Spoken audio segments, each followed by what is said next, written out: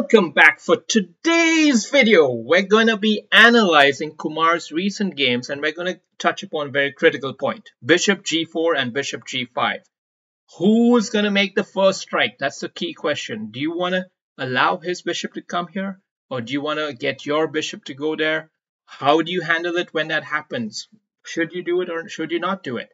What do the statistics say? What does the opening database say? So right here, it's white's turn to play, and bishop g5 is a pretty normal looking move, right? But if you look at the stats, 54% win rate for black, not for white, but for black. It's actually horrible for white. Why is it horrible? You're going to find out. Now let's say instead white played a waiting move like c3. It's not exactly a waiting move, it's a building move. It has purpose. This is the way you should be playing. Keep note, Kumar. And instead, you invite black to play bishop g4 first. Is it good for black? Well, no. It's actually equally good for white. Like, it's the converse. Whoever plays it first ends up getting a disadvantage in this particular opening, the Geico piano.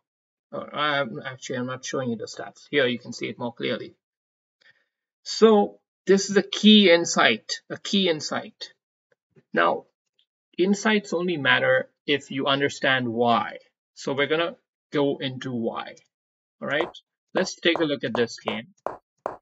And here we have a scenario where, okay, there was an early d5, but the same situation has emerged. The bishop has come out. And here you kick the bishop away and then you play g4 too. And when I first saw this, I was like, wow, that's way too wild. But it turns out to be the best move. Now, why in this case is a bit obvious, because the bishop goes away and you win a central pawn. Central pawn is king. Central pawn is king.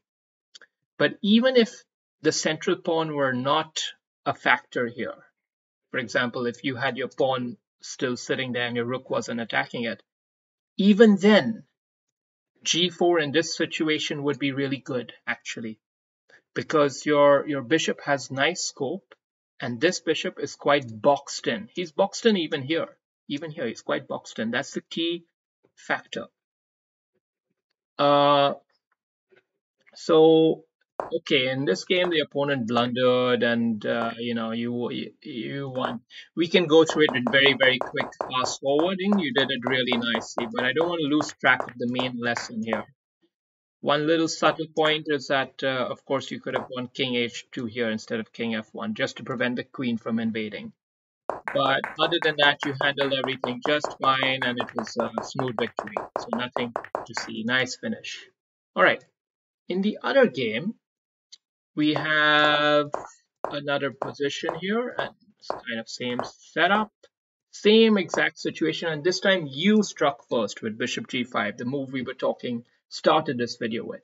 And it's a bad move for white. Okay, black is actually winning here, and you're going to see, not winning, but he has an edge. What do you see here is that the bishop is boxed in, right? That's the key factor. That's what makes it not a great idea, is if after h6 and g5, if your bishop ends up boxed in like this, it's not a good outcome. That's the insight, the learning to take away. Right now, black, if he wanted, he could really go all in. He could go with his pawn up here.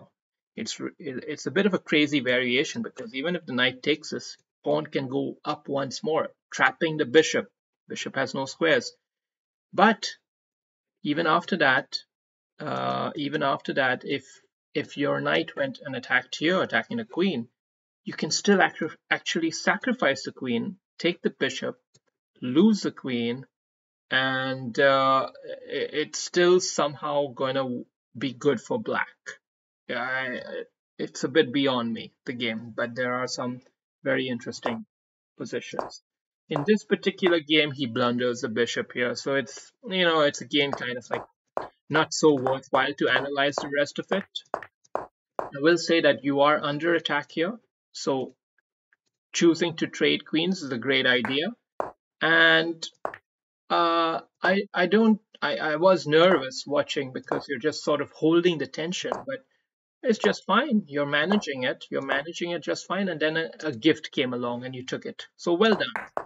Well done. After this, it was all easy and you mopped the floor nicely. So good job there. Nothing more to see. But let's have a look at a different game where there's a nuance. And uh, well, for starters, this is the French defense. Okay, e4, e6 is the French defense, and typically you want to play d4 next. Knight f3, not as successful statistically. You can't just keep going with the same opening combination every. You have to see what the opponent is doing and react accordingly. Take the center. Let's look at the stats. Let's just show it on paper, okay? If you are in e4, e6, knight f3 is quite good for black. It's better for black than for white. Like right in the second move, you can immediately lose your advantage with a move like knight f3. Strange, right? But that's the truth. That's the truth, my friend. So yeah, this is typically what you want to see. And the French defense, as popular an opening as it is, it's not easy to play at the pro level. Even the great Magnus Carlsen has lost many a game in the French defense while playing black. So just remember that. In the position where you ended up with, you ended up in this kind of situation with the knight here. So as you can see, the stats are quite bad for white. They're quite good for black. But anyway, let's unravel it. So knight f3 and you capture in the center, sensible choice. All of this looks pretty sensible, pretty even, nothing fancy going on. Okay, knight b to d2 is, it's anticipating. You're anticipating bishop g4 and you want to already cover it. And I like that in some ways, but I think h3 is quite nice here because bishop g4 is just such a natural looking move for black that if you take that away, you really ask the question to this bishop, what does he want to do for the rest of this game? Does he want to stay here and become a pawn? Does he want to open this and try to do something here? You're asking a good question. This is letting the bishop fulfill his maximum potential. But if you play h3, you take that away from him. And you force your opponent to have to think from start, how do I really want to play? Don't let your opponents play automatic moves. But now we have this, and then you kick him, and now you do the double kick, h3, g4. Is it good here? No, not as good here, because the bishop is not boxed in. He's not boxed in. And your bishop doesn't have this long diagonal. If you look at the other game,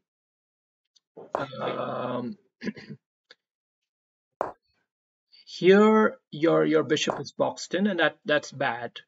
Bad for you, because even though you have this diagonal, it's not going to do much. It's just you don't have enough supporting firepower for it. And if you look at this other one,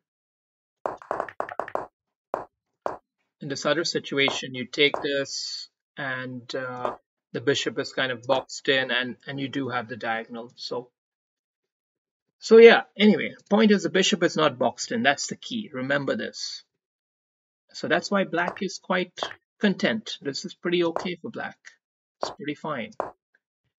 A different way to handle it, just to give you an idea what to do if you end up in this situation, just chill out. You have your knight here. These knights are like brothers. Okay, they watch out for each other. All you got to do is do c3, queen here, and let them both support each other. You don't have to worry about this bishop. I know he's annoying, but just ignore him. Okay, if you don't like the c3 queen b3 type idea, you can even play rook e1, knight f1, and maybe knight g3 if the maybe not. I don't know, but that's also an idea. Here, what happens is that you just end up with a weakened king. Okay, you've not gained tempo in a meaningful way. that bishop is not really a bad boxed up bishop. It's just diluted. You've liquidated his bad bishop for your good bishop and weakened your king's defense. But fortunately, you're able to play reasonably well, and you win the game as you always do, as you always do. So that's about it for these three games. We do have a bonus game, however, and let's have just a quick look at that because it was pretty well played, I have to say. I quite enjoyed watching. Pretty straightforward, nothing much to comment on here. Um, Other than this a3 move, which I didn't quite love, I think rook d1 is just more natural and simple. You know why? This is a bit too cute. Anyway, all of this good. I like the confidence to go for the tactics. In general, capturing when this double attack is going on usually doesn't harm because at least you're taking something. And in this case, we got his knight as well. So great position, great games. But remember the key point of this lesson, if you will, is you want to invite your opponent to play bishop g4 first. That's good for you. If you're white, you want to invite him to do that so that you can kick him away and then box him in. That's the game's plan for you. Remember that. This is a big scam. People of your level do not understand this. So invite it. Play a waiting move like c3. It's not a waiting move, but c3, a4, those are all normal ways to play this position. Invite bishop g4 and resist the natural habitual tendency to go bishop g5 if you know that your bishop is going to end up boxed in. That's all. See you.